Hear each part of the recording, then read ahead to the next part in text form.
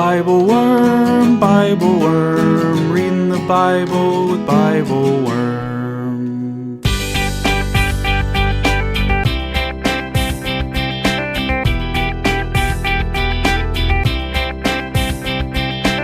Welcome to Bible Worm, getting to the core of the biblical text. I'm Dr. Robert Williamson, Professor of Religious Studies at Hendrix College and Theologian in Residence of Canvas Community in Little Rock, Arkansas. And I'm Dr. Amy Robertson, Director of Lifelong Learning and Music at Congregation Or Hadash in Sandy Springs, Georgia. We're here every week to discuss the biblical text, both as biblical scholars and as people of faith, one Jewish and one Christian. This week, we're reading the story of the raising of Lazarus as told in John 11, 1-53. We think about the disciples, so keenly aware of the threat to Jesus' life, but willing to follow him anyway, living in the light for as long as there is light to live in. And we ponder Mary's words that bring Jesus to tears as she invites him to experience the reality of human death and sorrow, saying to him what he has said to so many, "Come and see." And we notice the threat that life brings to the empire, as immediately after Lazarus walks out of the tomb, the elites begin plotting to kill Jesus for the sake of the nation. A rich text in troubled times. Thanks for joining us.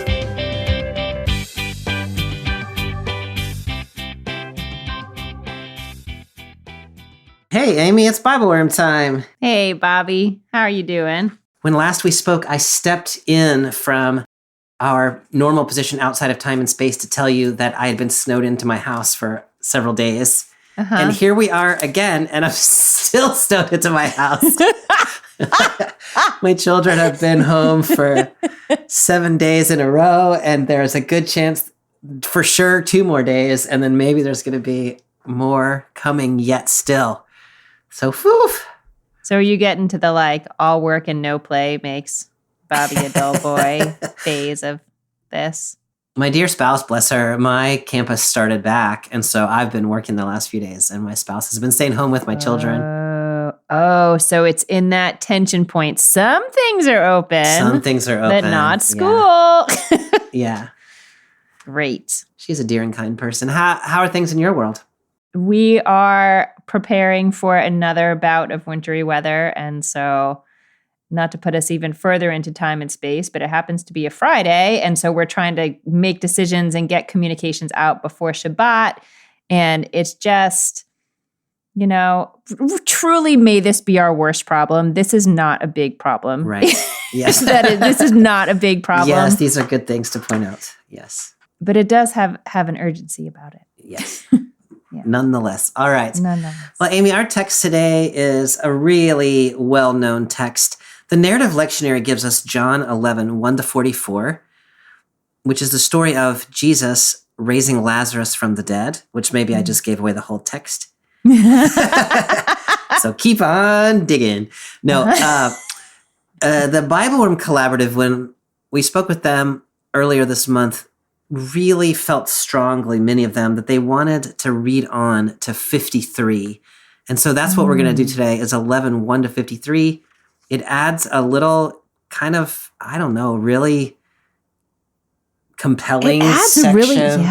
Changes another feel piece of the text in which the high priest responds to what has happened. And so we're going to read 11, 1-53 today. It's quite a long text, but quite an exciting one. Amy, there is a quite famous, by now, maybe interpretation of this text that Diana Butler Bass, who is a Christian historian by training, who had a PhD and then has been moved more into the public scholar world. And she read some scholarship by her friend Elizabeth Schrader, who did text critical work to show that in this text, originally, maybe there was no Martha, and that this is just Mary. And she preached this beautiful sermon in which she's like, this is Mary.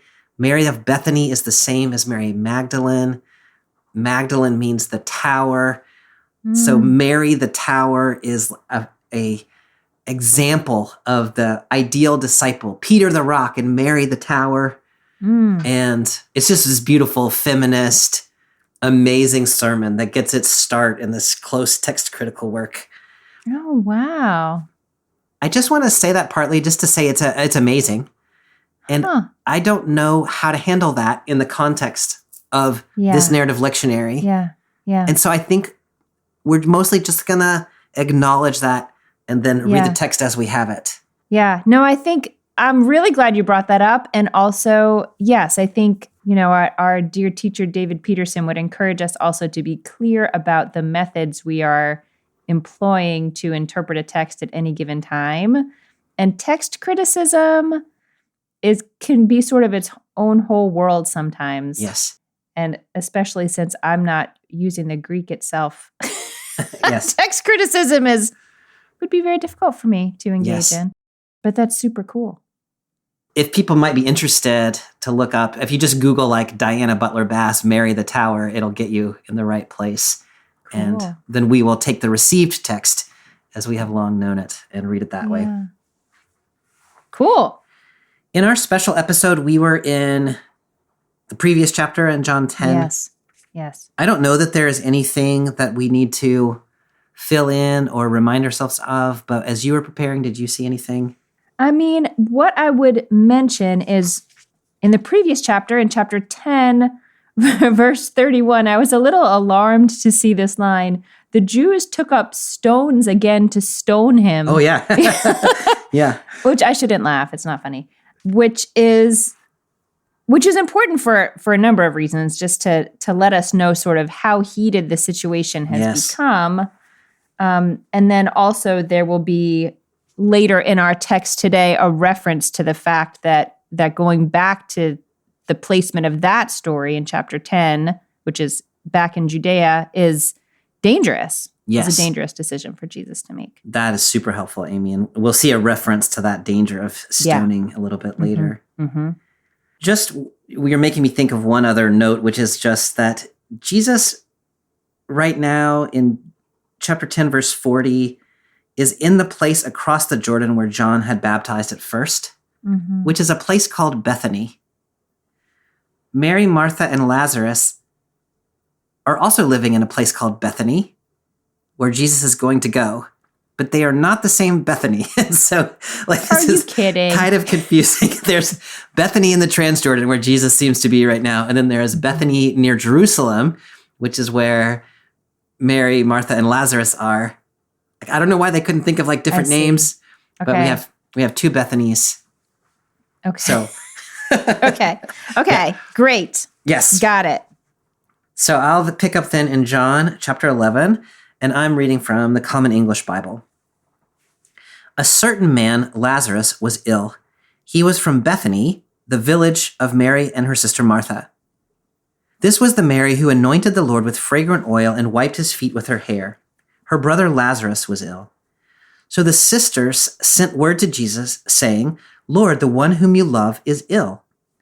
When he heard this, Jesus said, This illness isn't fatal. It's for the glory of God, so that God's Son can be glorified through it. Jesus loved Martha, her sister, and Lazarus. When he heard that Lazarus was ill, he stayed where he was. After 2 days, he said to his disciples, Let's return to Judea again. The disciples replied, Rabbi, the Jewish opposition wants to stone you, but you want to go back? Jesus answered, Aren't there 12 hours in the day? Whoever walks in the day doesn't stumble because they see the light of the world, but whoever walks in the night does stumble because the light isn't in them. He continued, Our friend Lazarus is sleeping, but I am going in order to wake him up. The disciples said, Lord, if he's sleeping, he'll get well. They thought Jesus meant that Lazarus was in a deep sleep, but Jesus had spoken about Lazarus' death. Jesus told them plainly, Lazarus has died. For your sakes, I'm glad I wasn't there so that you can believe. Let's go to him. Then Thomas, the one called Didymus, said to the other disciples, Let us go too, so that we may die with Jesus. That's so, my translation has, so that we may die with him. And so I spent some time being like, wait, so we can die with Lazarus? And then I did eventually get to oh no, they don't mean Lazarus. They Yes. mean Jesus. Yeah. Got it. But I'm glad I'm glad your translation clears that up. Yeah, the Greek is actually just metautou, which is with him. And so the CEB has recognized the problem that you ran into and clarified it for us. Give us a little assist there. Amy, we are introduced here to Mary, Martha, and Lazarus, who we have not met yet in this gospel. Mm-hmm. And we get this little notice that this is the Mary who anointed the Lord with fragrant oil. But that is a story that doesn't occur until the next chapter, in chapter 12. It's That's kind of funny. It's kind of a weird little introduction. I don't know if there's anything to make of it, but anything that you want to make of it? I mean, I did have the question, like, has that happened already? Because, the narrative lectionary jumps us around a little bit, not a lot in the Gospels. Yeah. But yes, this is a story I know from other Gospels that we have read together, but not here. But it is very interesting that the author of that this text itself refers to something that is not going to happen in its own narrative until the next chapter. And in the next chapter is going to point backwards to this chapter. And so, I think when you read the chapter 12 story, you're meant to read it in light of the chapter 11 story. And so maybe it's preparing us as readers for that. I think for a lot of readers of the New Testament, Christian readers, these names are all familiar: Lazarus, Mary, and Martha. And so we might not realize that we haven't met them yet in the Gospel of John. Yeah. But actually, we haven't. And Mary and Martha are mentioned as a pair in Luke chapter 10, where Mary is sitting at Jesus' feet and Martha is working to prepare for Jesus. Right. I remember that story. Mm-hmm. But Lazarus isn't mentioned in that text. And so whether we should read this Mary and Martha as the same Mary and Martha, and whether we should import those ideas like, Mary's the attentive one and Martha's the busy one, it's funny. I did sort of, I said text criticism, pshaw, we're not doing that, which I'm not intending to do text criticism, but I see how there are issues. Yes, yeah. that it would make me want to dig through manuscripts and try to figure out what's happening and who's who. My own take on it narratively is John has not told us about these characters, and so we should just pretend like we've never heard of these characters. And here he is introducing, and they're important. They love Jesus, and Jesus loves them. Suddenly we're introduced to these people who are really important. Is this the first time that you're aware of in John that it has said that Jesus loves somebody? I think in this specific way, yes. For God so loved the world, that kind of idea. Yes, of course. There's that kind of love. But Jesus there is a real sense of intimacy and connection with these people that I have not. Yes. I haven't felt that. Yes. Before. Amy, speaking of that love, there was just this combination of verses just really stuck out to me. It's verse 5 and 6. Jesus loved Martha, her sister, and Lazarus. When he heard that Lazarus was ill, he stayed where he was. And that struck me because you expect it to say, because he loved them, he raced to where they were. At least that's what I think. If somebody's so-and-so's in the hospital, I'm on the next plane if I can possibly be on the next plane. Right. And here it's because he loved them, he stayed where he was. Yeah. Can you just help me think through that loving and staying? I mean, I imagine in this text just a very complicated emotional landscape for Jesus himself. I don't know how to read those things without verses 4 and 7, though. Yeah. Verse 4 gives us this language of this sickness will not end in death. Yes. And I don't know, I wonder whether Jesus is sort of saying that to himself or I imagined it when I read it as sort of saying to himself, okay, I've heard this person is sick. This is not going to end in death. This is so that God's glory and God's Son's glory will be glorified, which is a very similar thing as to what he said in chapter 9 about how the works of God might be displayed in someone who had a disability. Yes. So I feel like he has that okay, I recognize that this is happening for this particular reason, and he loved them. And he waited 2 days and then said to his disciples, let's go. Like, Yes. I imagine those 2 days as difficult Yes. for him. Like, he waited 2 days, but only 2 days, Yes. I guess is how I try to make it make sense. I really like that, Amy. I think you're exactly right that you can't read it really without verse 4. This illness won't end in death, or the CEB has this illness isn't fatal, but I like the NRSV better there. But, it does end in death for a moment. Yeah, at it sure least. does. Yeah. Yeah. So you could read Jesus, if you were his disciples, you might just hear him saying like, he's going to be fine. But Yes. Jesus actually means he's going to die, Mm-hmm. but that's not the end of the story. Yeah. And so I love the way you're reading that with like Jesus knows, and you could imagine that Jesus wants to intervene because he can, Yes. but he knows it's the greater glory to allow this terrible thing to happen and then intervene in this way that demonstrates that death does not have the final answer. Yes. But that has to have been hard for Jesus. I don't know. Been. It would be hard for me. Just this. I know, I was going to say, like, right. Like, I mean, Jesus is Jesus, but Yeah. but I don't know. That language of love that he has for them is, Going back to that love to me is exactly right. Like he loved them, so he waited. Like he knew it was for the greater good to wait. And it was precisely in his love for them that he waited, even though he knows that there's going to be a lot of pain in the meantime for everybody involved whom he loves. Or he loved them, and so he waited for 2 days, and then he went. Like, he waited as long as he could. Yeah. What do you think changed after 2 days? Is it that he now knows that Lazarus has died? I mean, I guess that's what he says here in just a second. Yeah, as I was reading it, as the text actually unfolds, I read it as a sort of like, I can't anymore. Like, this is as much this is as much reserves as I have here, and I have to go. But you're right. Then he clearly knows that Lazarus has died in that time, and so it's now the bigger plan can happen. Now, when Jesus says, let's return to Judea, the disciples object that it's dangerous for him, and maybe for them too, that there are people who want to kill you in Judea. And so I'm wondering if the disciples have processed Jesus as not going previously, precisely because it was dangerous for him out there. I mean, that makes sense. And it's a little interesting that doesn't seem to be on Jesus' mind at all. It's not at all, yeah. It's not why he's going, and it's not why he stayed. Like, Yes. yeah.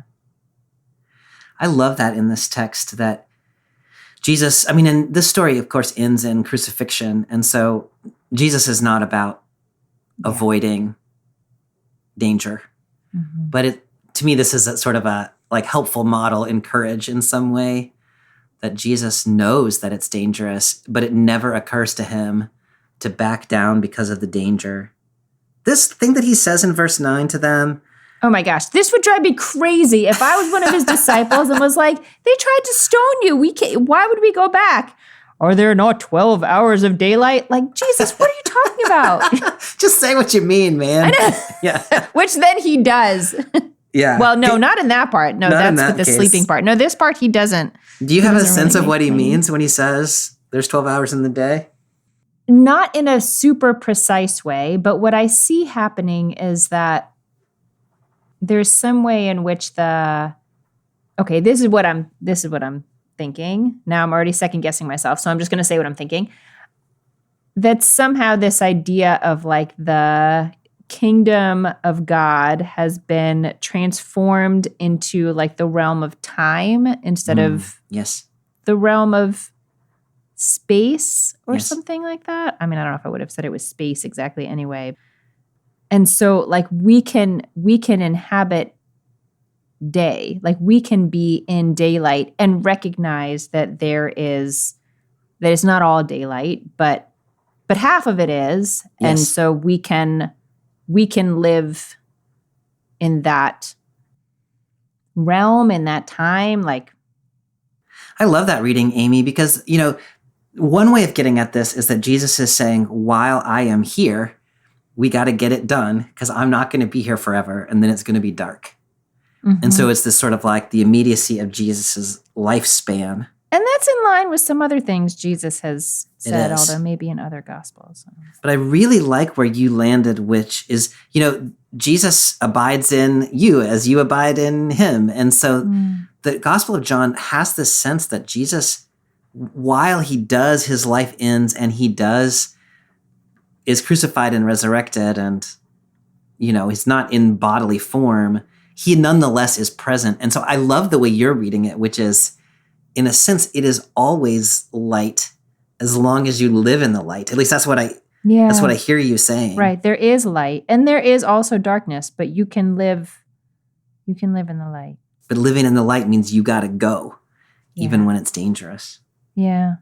Then Jesus says this thing about Lazarus is sleeping, and he's going to wake him up, and the disciples do not get it. Don't wake him up. He's so tired. Yeah, just let him rest. Jesus is like, come on, guys, he's dead.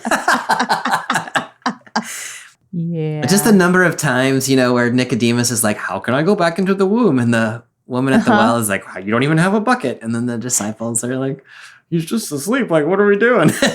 Like, there's just this like disconnect. But the people, these are all people who are trying. And they're trying. They're getting as far as they can get. Mm-hmm. Jesus says, for your sakes, I'm glad I wasn't there so that you can believe. And so we've seen this language of so that you can believe and signs and wonders. And this is going to be a dramatic wonder that Jesus is about to do. And so here we start to get the sense that Jesus hesitated on purpose, precisely so that he could do this thing, so that people would believe. Mm-hmm. Thomas, this is Thomas who is going to show up at the end of the gospel. He's not there when Jesus appears to the disciples the first time. And so he's like, I'm not going to believe until I can see Jesus and put my hands in his wounds. Mm-hmm. And he gets the name Doubting Thomas. And like, I feel bad for him because like, he's the one who's like, I'm not going to believe it until I see it. But right here, he's like super brave Thomas, right? At least that's how I read him. Thomas says, come on, guys, let's go. And he is prepared to give his life with Jesus. I'm curious, like, how do you read Thomas there? What do you make of him? Yeah, this is my study Bible has a note that I think is a little, interesting that they included this information, but has been really evocative for me that the name Thomas may be a transliteration of the Hebrew word for twin. Yes. And for some reason, I got this image in my mind of, of sort of like twinning Jesus. Like, when you're like twinning someone and you like standing sort of in front, we're going to do what you do. Yes. And again, in a way that felt very sort of like connected and spiritual. And it would make sense that if that's your orientation in the world, that, you would want to actually see Jesus after, after the resurrection. Like you want to actually be there with him. Yeah, it's so interesting, Amy, because Thomas, as you're saying, is transliteration of the Hebrew. And then Didymus, the one called Didymus, is twin in Greek. So in case you missed it. Yes. So his name's like Twinny Twinnerson or something like that. And so I love that interpretation you're giving there of like, why emphasize so much that he's a twin right here? And that idea of twinning Jesus. I love that. Now I'm picturing them wearing matching outfits. Yeah. No, probably they didn't do that. Okay. I love that. Hello, fellow Bible worms. My name is Amy Marie Epp. I'm a pastor at Seattle Mennonite Church in Seattle, Washington. I support Bible Worm at the early worm level, $8 a month, and I consider that professional budget dollars very well spent. What I especially love about being a patron at this level is having access to those podcast episodes a week early, since I'm often working that far ahead on sermons or on worship prep. Also, by the way, I love the sticker, which I put on my water bottle immediately. Amy and Bobby's insight and wisdom have become an invaluable resource for me. I look forward every week to hearing them chew through that biblical text together with curiosity and with humor. It feels like I'm a part of the conversation. That's why I wanted to support them in making Bible Worm possible. It still feels like a gift each week to have that Patreon episode land in my inbox. I hope all of you who are listening will also consider becoming patrons. And now, back to this week's episode.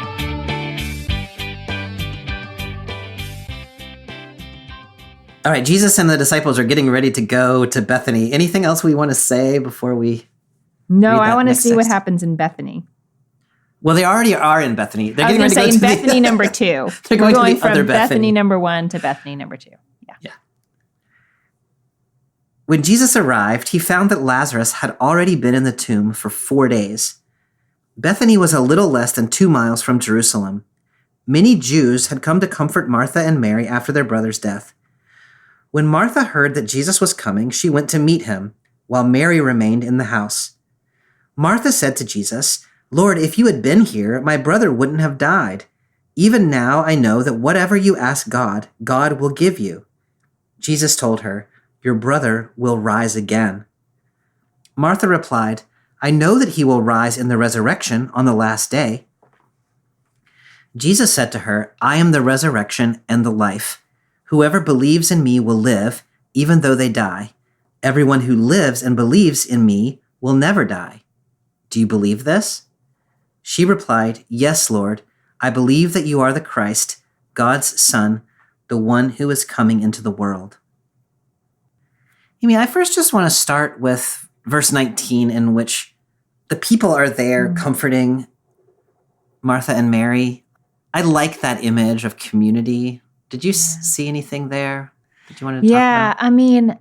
Yes, 2 things maybe. One is, just a couple of chapters ago, there had been concern in a text we were reading that if people showed allegiance is the wrong word. If they showed themselves to be followers or believers Right. in Jesus, that they would be shunned by the Jewish community. Yes. Kicked out of the synagogue. Yeah. Okay, so maybe if we want to differentiate between those things, but in any case, these people have not been shunned. Yes. They are surrounded by Jews.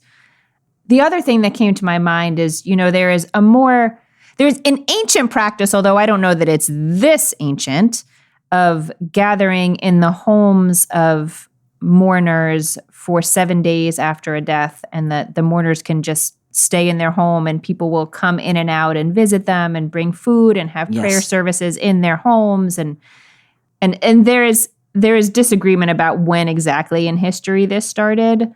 So it may be referring to that. It's called Shiva in the Jewish world. It may be referring to that. Maybe it's not quite that yet, but sort of the beginning sparks of it. Yeah. I really love both those observations so much, Amy. And one of the things you're making me think about is that in that John 9 text where the parents are afraid they're going to get kicked out of the synagogue, that distinction to me is important, that it's the establishment religious leaders who are doing this kicking out of people. But here we just have community members, and sort of this thing that we see here that we also see in our own time, that the community rallies to support its own members, even when the official leaders are oriented in a different way. And I love that distinction. We show up for our people. I don't know about the practice of sitting Shiva in this period either, but we get to notice that he's been in the tomb for 4 days. And so the people, I assume that they didn't just show up on day 4. I assume that they showed up on day 1. There, yeah. And so they've been there for 4 days. And so whether this is a formal practice or not a formal practice at this moment in history, the community has shown up and they have stayed. And I really love that.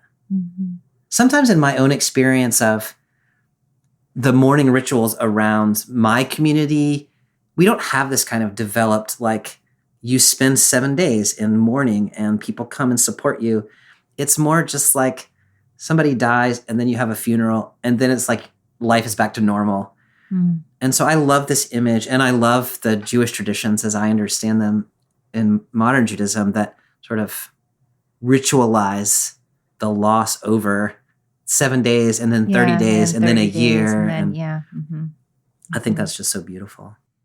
Yeah, it's helpful. Just the phrase "in the tomb for 4 days" Mhm. is striking because around Christian text, you're used to hearing on the 3rd day. And so it's like the 4th day, you're like, wait a sec, there's a 4th yeah, I didn't day. even think of that. And that just feels like, oh, okay, like this thing really is done. He really is dead. And there was a practice in the first century, as I understand it, where, somebody wasn't like officially dead until the 4th day. Like sometimes people I've revived. read that there was some like Zoroastrianism, maybe another sort of religion in the region that believed that sort of the spirit of the person hovered over them until that time. And so they weren't really dead, or, I don't know. I don't know what language to Life put around might come that, back but to something them. shifted. Something shifted. Yeah. When Martha goes out to Jesus, she says, if you'd been here, my brother wouldn't have died. Yeah. I know God will do whatever you ask. It wasn't entirely clear in the previous section of text when they sent word. All they said was, the one whom you love is ill. But now we get the sense that Martha actually was saying that.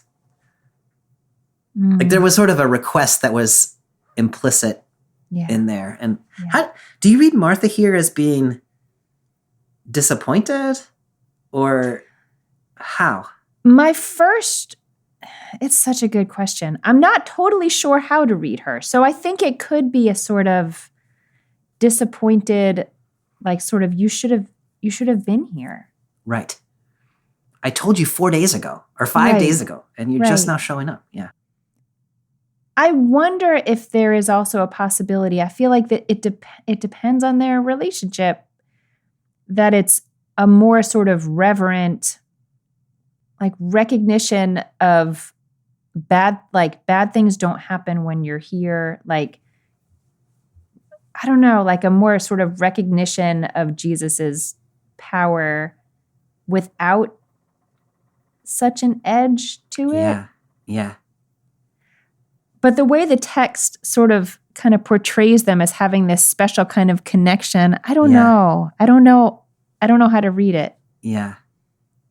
It's not clear to me that she knows that Jesus intentionally waited 2 days. Yeah. Yeah. Uh-huh. I wonder if she did know that, what she might change think things. about that. But here I think you can read it as, if you had been here, you could have done something. Now that you are here, I believe you still could do something. Yeah. In which case it's not judgy. It's, I don't know, hopeful may not be exactly right, but there is at least a little bit of a sense of ongoing possibility. But Bobby, then she says, I know God will do whatever you ask.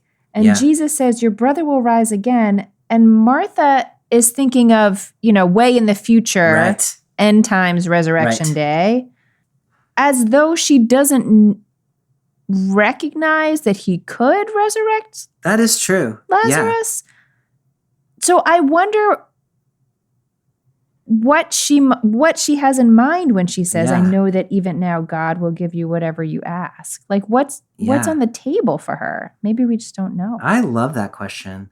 Because what Martha says there is just like, she's a good first century apocalyptic Jew who believes, as the Pharisees and others did, that at the culmination of history in the Messianic age, there would be a resurrection of all who died, and they would then live on after that. And so what she's said there is nothing radical from within the framework of first century Jewish belief. But you're exactly right that even now God will do what you say. Right. I like that idea that she's pushing a boundary, but she doesn't quite know how far. Doesn't know what the boundary could go. What's actually possible here. I believe that there are still possibilities that I have not imagined, but she's not going to name them because she can't imagine them, or she feels like she shouldn't say them. I love the way you just said that, Bobby. I'm going to write it down. I believe there are possibilities I can't imagine. I haven't imagined. I just feel like that's so much of what prayer is. I love that. there is a mode of praying where you tell God exactly what you want. Yeah. And there is a mode of prayer where you tell God exactly what you're feeling. Mm-hmm. And then sort of the response is left open. And maybe this is that second kind of prayer. Yeah. Yeah. Jesus then responds, I am the resurrection and the life, which he then expands. Whoever believes in me will live even though they die. Everyone who lives and believes in me will never die. How did you make your way into that saying of Jesus there? It's funny. The next verse where, he says, do you believe this? And she says, yes, Lord. I wrote next to it. Then please explain it back in your own words. What did you understand to have been said there? Yeah. It is interesting because what she says is, I believe you are the Christ. Yeah. Which is not exactly what Jesus just said. No, it is not what Jesus said. She got it's as not, far as she could get. Yeah. Mm-hmm. Yeah. It is really striking to have Martha say, I know he'll rise again in the resurrection. And then Jesus say, I am the resurrection. Yes. Like you think the resurrection is coming on the last day, and you think it's a time or an event or something like that. But I hear in my body standing in front of you, I am the resurrection. Like I can't wrap my head around that exactly. Yeah. Yeah. I read it along the similar lines of what you were trying to get us to think about earlier about day and night. And so we've shifted, we've gotten all timey-wimey here, right?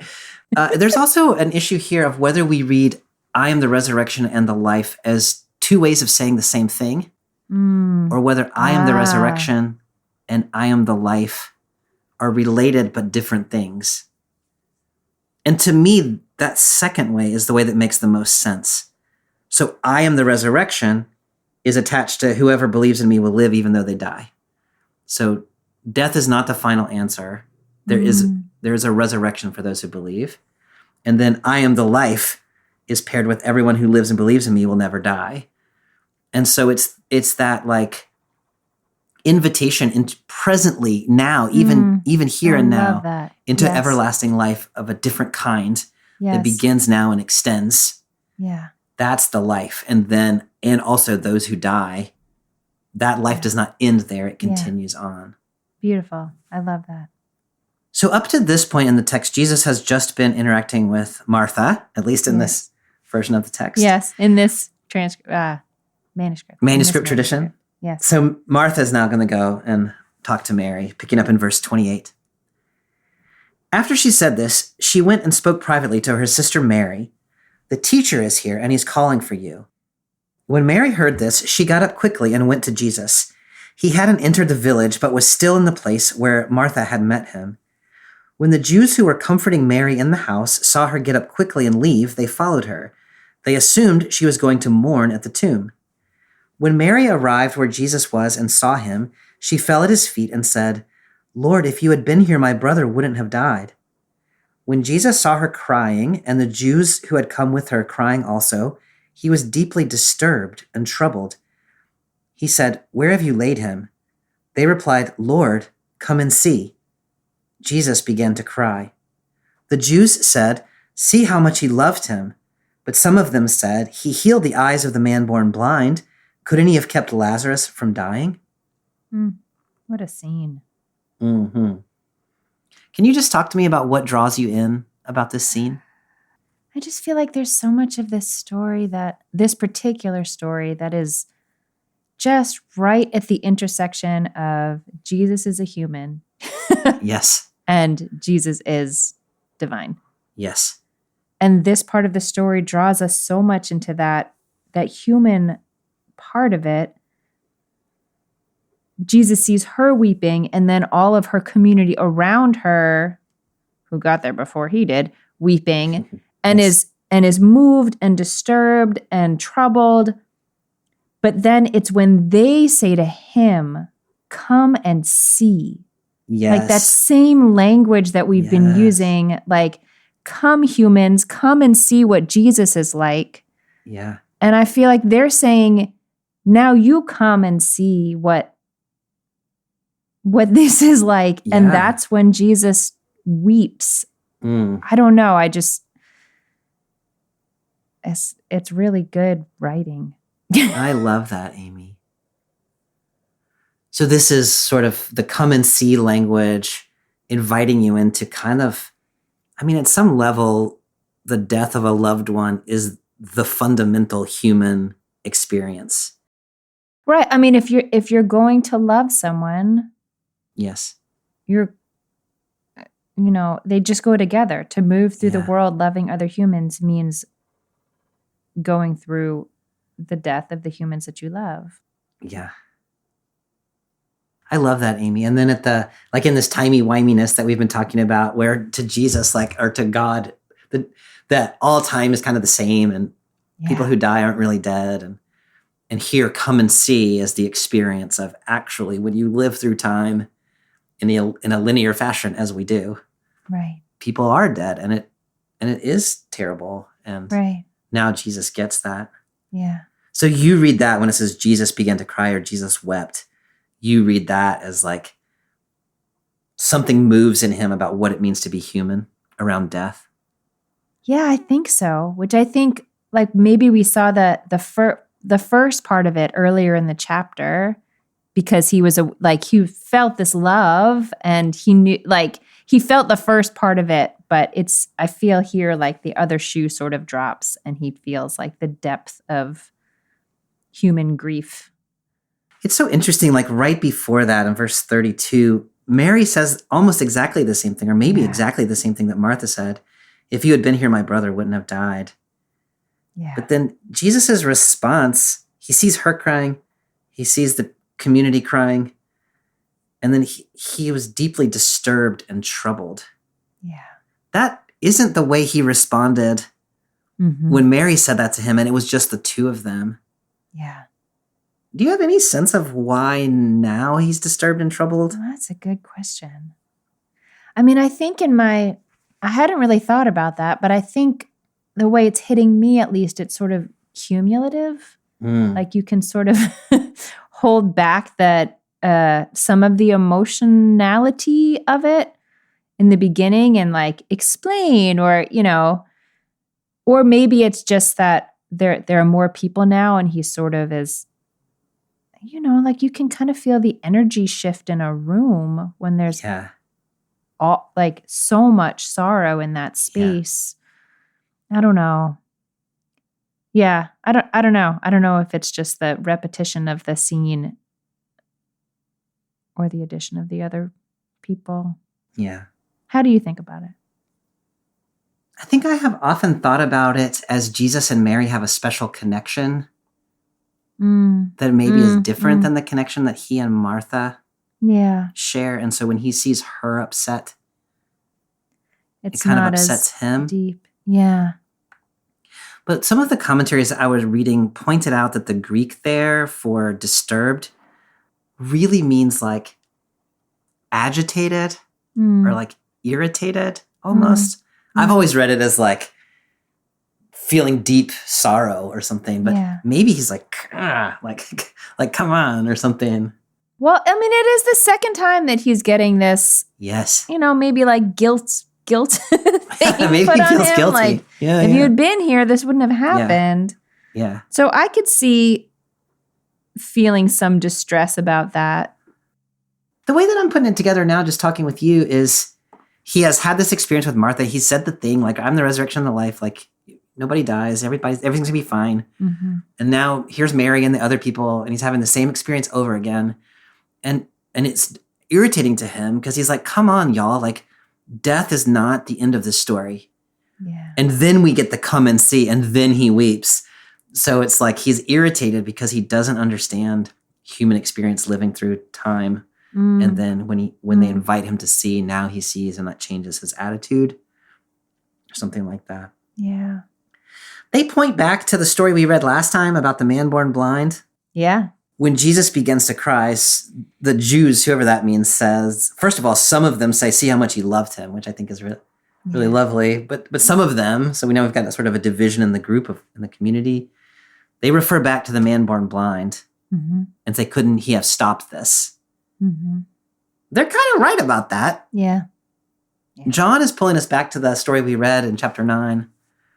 In case we didn't make that connection. Do you have any thoughts about why we're connecting those two stories? I mean, I guess I was just thinking about it as two sort of what would have been a healing story if Jesus had gotten there a little earlier. Yeah. But I feel like there is a deeper answer to that question. I don't know if there is. Yeah. The other story that's occurring to me is the one we read a few weeks ago in John 4, where the ruler comes and says, my son is dying, which is very similar to this. Yeah. And Jesus just said where he was, like, oh, your son, he's fine. And it turned out to be true. And so my head went back there, like Jesus could have just in Bethany number 1 said, he'll be fine, and effected a miracle. So we get this said in verse 36 as like two kinds of different responses. He loved him. He could have done something. But Jesus had said them at that very beginning of this text, because he loved them, he didn't go. And so they're seeing like either you love or you love and you should have healed. But Jesus is like, no, the loving means not healing here. Right. Because it's more important that the people come to understand sort of who Jesus is and what's happening. Like it's more important that act happen, even though it means they're going to go through this grief and suffering because they don't understand what's happening. Yeah. Like he has caused them this amount of grief and suffering. Yeah. Yeah. But it was to an end that is, as you're saying, ultimately much better for them. That's it. They're saying if he loved him, couldn't he have done something? And what Jesus has said is, because I loved them, I'm not going to do anything. And people still, they don't understand yet that he's about to resurrect Lazarus. If they knew that, that exactly. They don't understand. They knew the end of the story. All right, well, let's read that part, picking up in verse 38. Jesus was deeply disturbed again when he came to the tomb. It was a cave, and a stone covered the entrance. Jesus said, remove the stone. Martha, the sister of the dead man, said, Lord, the smell will be awful. He's been dead 4 days. Jesus replied, didn't I tell you that if you believe, you will see God's glory? So they removed the stone. Jesus looked up and said, Father, thank you for hearing me. I know you always hear me. I say this for the benefit of the crowd standing here, so that they will believe that you sent me. Having said this, Jesus shouted with a loud voice, Lazarus, come out. The dead man came out, his feet bound and his hands tied, and his face covered with a cloth. Jesus said to them, untie him and let him go. Therefore, many of the Jews who came with Mary and saw what Jesus did believed in him. I don't know that there's a lot to say about this issue of the smell, but there is this kind of sensory, like we're drawn in a sensory way where we're not always, at least I'm not always drawn in the text. Do you have a sense of why we get this narration about how Lazarus is going to smell? I mean, I think on a practical level, it's just a reminder that like he's really dead. Like, yeah. And this is what happens to human bodies, over time. Yeah. It seems like it's less like you've the thought that came to my mind was like, when you send a text or an email, there's like a short window of time that you can unsend. Oh, yeah. Like that time his body is not intact anymore. Yes. Yeah. It is really interesting to hold that detail, which just brings like sort of an element of disgust alongside all this tremendous love for him. Yeah. And, I think as modern folk, I will just speak for myself. I don't have a lot of experience with what a body would smell like after 4 days. They do. They do. Like they live, they live much more closely with death than I think many of us do. Yeah. And so to hold both of those things, like hold that tremendous love and also the reality of what a body does is also part of the human story, I guess. Like they're saying, come and see, like this is the whole of it. It's going to be gross. Yeah. Yeah. Amy, you've led us into a very profound place, but I'm still thinking a little bit about the unsend of the email. Yeah. And it reminded me of one time in graduate school, a long time ago when I knew you. And there was this really cute girl that I liked. And so I sent her an email and I was like, hey, I think you're really cute and I like you. And I sent it. And then I was like, oh no, that was a bad idea. I don't want to do that. And so I was like, ooh, there's an unsend button. So I clicked the unsend button and it sent her an email that said, No. Bobby would like to unsend the email he sent you earlier. Oh no! Oh, that's so bad. And she replied to that email. I was like, I see that you tried to unsend the email. And it turned out she wasn't interested. Oh, wow. Yeah, it was intense. This is not that. Wow. Yeah. Okay, now back to Stinky Lazarus. Yeah. Amy, we get the sense that Jesus could probably have just raised Lazarus from the dead. Like we could have just skipped down to verse 43. But instead, Jesus says this prayer in verse 41 and 42. It has always struck, I mean, it's a very prominent and pointed thing that has always struck me as slightly odd why Jesus prays that prayer right there. It's awkward. Yeah. Did you have any thoughts about that prayer? I mean, it made me think about sort of the difference for a faith leader between like public and private faith. And like, you know, you to know that you have to do certain things like publicly in an out loud way so other people will understand what's happening and sort of see you as a model in the way that you want them to see you as a model, even though they're not things that you would necessarily choose to do personally. I will say, I think this is wrong, but when I first read it in my head, I had Jesus say aloud, Father, I thank you that you have heard me.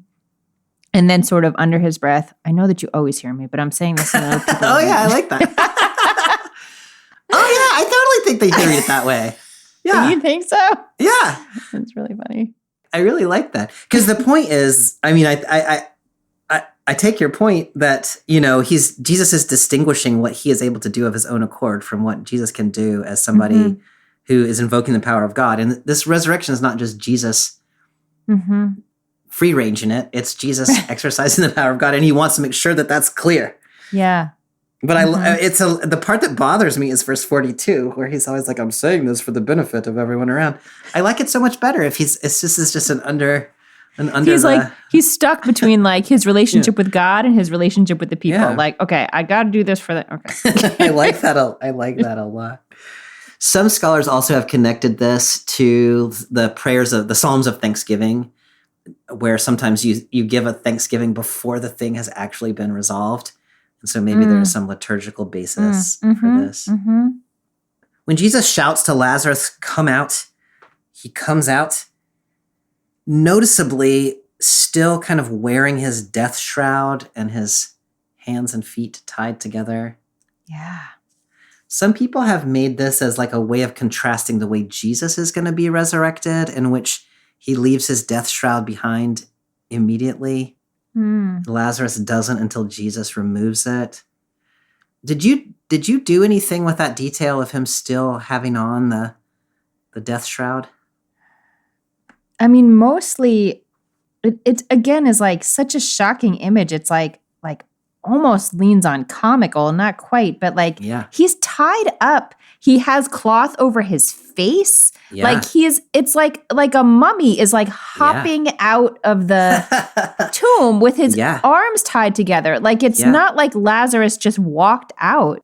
Yeah. The fact of his deadness or his death, we'll say, is like right in your face. You can't pretend that thing didn't happen. Like he's Oh, I like that. He is flaunting it. No, he's not flaunting it. But like it's you can't not hold the tension of what is happening.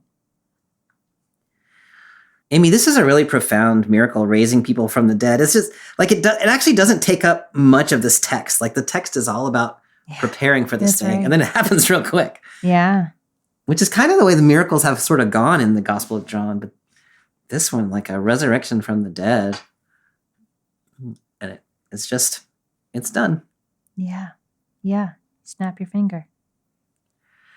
Okay, what remains is this part of the text that is beyond the reading of the official narrative lectionary, but adds a really interesting texture to what we've just read. So I'll pick up then in verse 40. Well, I'll pick up. I'm just going to read verse 45 again. Okay. And then read to the end. Therefore, many of the Jews who came with Mary and saw what Jesus did believed in him, but some of them went to the Pharisees and told them what Jesus had done. Then the chief priests and the Pharisees called together the council and said, "What are we going to do? This man is doing many miraculous signs. If we let him go on like this, everyone will believe in him. Then the Romans will come and take away both our temple and our people." One of them, Caiaphas, who was the high priest that year, told them, "You don't know anything. You don't see that it is better for you that one man die for the people rather than the whole nation be destroyed?" He didn't say this on his own. As high priest that year, he prophesied that Jesus would soon die for the nation. And not only for the nation, Jesus would also die so that God's children scattered everywhere would be gathered together as one. From that day on, they plotted to kill him. Amy, it is so interesting to me, and I think this is what the Bible Worm Collaborative was drawn to. First is just the idea that someone with the power of life is a threat. Yeah. But we also get this nuance here that it's not just if they start following Jesus, they'll stop following us. They bring in the Roman imperial authority. Yeah. If he keeps doing stuff like this, the Romans are going to take away our temple and our people. Can you help me think through what they're worried about? I mean, my best understanding of it is, many times in history for the Jewish people and also many other peoples, when you're living under the power of another empire, it's like it's a little bit of a tightrope. Like they give you whatever sort of space or autonomy they give you, but you have to stay within the bounds of like this is what Jewish life can look like that the Romans have given the okay to. Yeah. And so if Jesus represents something fundamentally different than that, it's not just, as you were saying, it's not just that they would be upsetting the religious leader, the Jewish religious leadership. It's that whole agreement, balance, boundaried system from the empire would fall apart. And the risks for that sound catastrophic. Yeah. So I don't know that I would say I feel empathy exactly for them here. They're not portrayed in a very empathetic way. But I think that's a real tension that even now that minority groups might feel in different kinds of contexts, where if someone within your group starts behaving in a way that is outside of sort of social expectation or what is acceptable, it has real ramifications for the whole system, like for the whole people. And so then there's this question of like, how do we keep our people safe? How do we keep the system steady? I really appreciate that, Amy. In post-colonial theory, one of the categories people talk about are indigenous elites. And that's who we've got here with the scribes and Pharisees. They are part of the occupied people, but they're like the interface with the imperial power. And that, as you're saying so well, is a really tensive position where you've got to protect the people by making sure that the imperial power is not threatened, satisfied, or something like that. There is also an issue with indigenous elites where they sometimes want to preserve their own power. Sure. And so and sometimes those all go together. But one of the ways people sometimes read this text is the religious leaders, the priests and Pharisees, are afraid that the Romans are going to be like, oh, we don't need y'all anymore. Jesus is going to be our new indigenous elite. So what they're worried about is just losing their own power. But there is also a way of reading it, which I think is what I hear from you, which is that they're afraid the Romans are just going to be like, oh my goodness, we can't have any of this, and just like wipe out Judea. Yeah, or like take their autonomy completely. Like if they see the Jews are now following Jesus and they think Jesus is making a bid for kingship. Yeah. That's I see. it's a problem. Yeah. I've talked, I don't know if you've talked in John, but, one of the things that I like to say, it's not unique to me, is that the imperial power, their number one power is death. Like that's what they can wield. Yeah. And so when you've got somebody who can bring life, that's a threat to the imperial power. And so I like that of like, here is somebody being elevated who has power over the one thing that is their weapon. And so that's going to mean they have to come in and intervene. The thing the priest says, Caiaphas, is, don't you see it's better for one man to die for the people rather than the nation be destroyed? By which I think he means it's better for us to execute Jesus so that the Romans don't attack us than for us to let him live, and who knows what the Romans are going to do. Is that the way you read that? Yeah, that's the way I read it. That he had this dream, prophecy, not a dream, that Jesus was about to die for the nation and also for this bigger picture. But for my purposes right now, that Jesus was going to die for the sake of a cause. Yeah.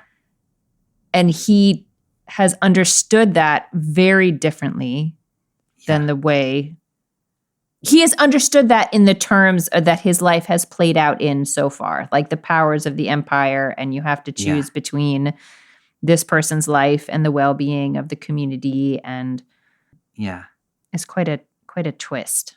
Yeah. I think you could read that as he has received a prophecy. I think you could also read it as he has delivered a prophecy unbeknownst to him. So there's sort of an ironic twist here, which what he is saying is we've got to kill this guy to save the people. And what John is saying is, yeah, exactly, because you kill this guy and he's going to be resurrected, that's what's going to save the people, but in a whole different way. Not by preventing the Romans from being angry, but by destroying the power of death or something like that. So that understanding would mean that when it says he did not say this on his own, but being high priest, he prophesied that Jesus was about to die for the nation, that's almost like commentary on what he just said. Right. Yeah.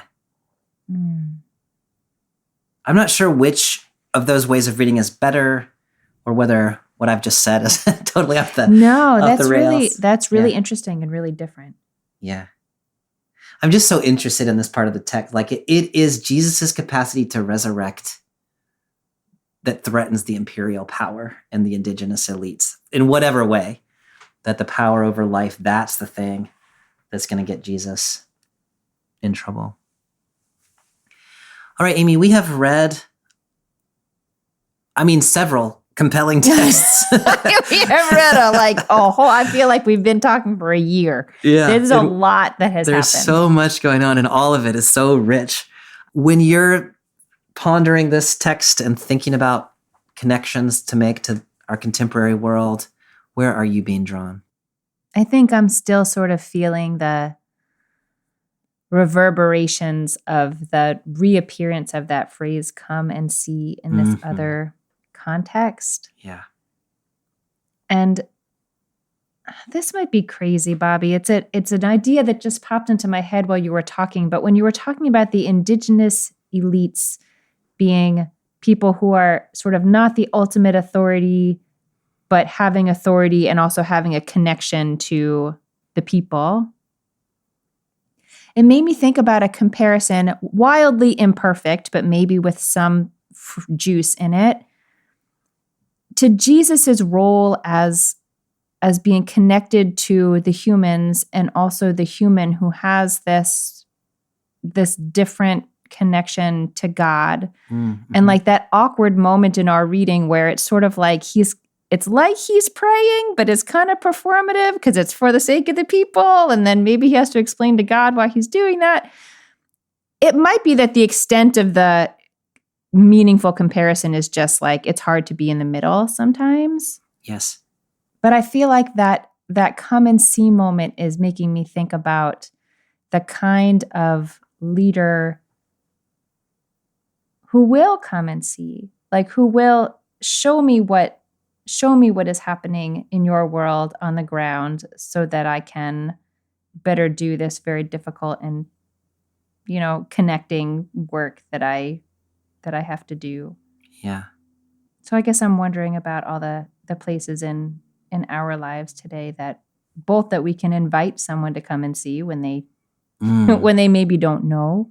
Yeah. And when we have that opportunity ourselves to really just let someone else's life experience wash over us, even for a short time. Like, just let it be what it is and don't try to explain it away, and don't try to say, well, like, no, but he's not really dead. He's going to get up in a minute. And don't try to, just be in their experience with them. Oh, I love that. And how powerful that can be. That's beautiful. It's beautiful. Bobby, what's feeling strong for you right now? I think where I start my way into this text is that added part that we read in 45 to 53. And that sort of the clarity there, that it is exactly when people have power over life, that it is a threat to the empire and to the established authorities. And so it's the bringing of life that makes people kind of quake in their boots, who are invested in the status quo. And then so you see Jesus, like, he knows he's got the power of life. He knows that people are trying to kill him at the beginning of this text, and yet he's gonna go anyway. And there is an invitation, I think, to us, especially if we're going to twin Jesus or try to, like Thomas does, that the thing that we do when we feel the threat of the empire is we go into the threat and we go with life in hand and trying to spread life as much as possible. We don't, most of us have the power of resurrection, but we do have the power of bringing life into places where there is deathliness. And we see examples of that all around us right now, I think, in Minneapolis and in other places where the community is coming together and supporting each other in these life-giving and risky ways. Yes. The thing that I love here is that line that Jesus says about, I am the resurrection, I am the life. And that sort of, as I was trying to talk about that, like, there are two pieces to that. One is that Jesus has power over death and that life ultimately is the end, not only to this story, but to the human story, at least as John understands it, is that life wins and therefore death has no power. But also, I am the life, which is inviting us to live in that life that knows no power of death here and now, and to inhabit the kingdom of heaven, maybe imperfectly, but as best we can in these moments here and now. And I just find that such an encouragement in these times that feel risky, and these times that feel like people are in danger, and maybe some of us who are a risk averse can actually go out into the world and do some good because we believe in the power of life and we are not willing to be cowed by the power of death. I think this text invites us and encourages us in that way. Yes, I love it. All right, Amy, next time we are moving on to John chapter 13, which is the beginning of Holy Week, actually, in John's Gospel. We're going to spend a long time in reading John's Gospel in the last week of Jesus' life. So we'll begin there with a quite famous text in 13:1 to 17 about Jesus washing the feet of his disciples. All right. I look forward to it. Me too. Thanks for reading this text, Amy, and I'll see you next time. I'll see you next time. Bye. Bye. Thanks for joining us for this week's episode of Bible Worm. If you've enjoyed this free podcast, we hope you'll help us keep it going by joining our Patreon for as little as $4 per month. You can also sign up for other goodies like early access, video lectures, weekly liturgies, and more. Visit patreon.com/BibleWormPodcast for details. Bible Worm is produced and edited by Bobby Williamson. Our theme song is sung by Colin Bagby, and our theme music is The World at Large by Dano Songs. Many thanks to all our Patreon supporters for helping make this podcast possible. Join us next time when we read the story of Jesus washing his disciples' feet as told in John 13, 1-17. Until then, keep on digging.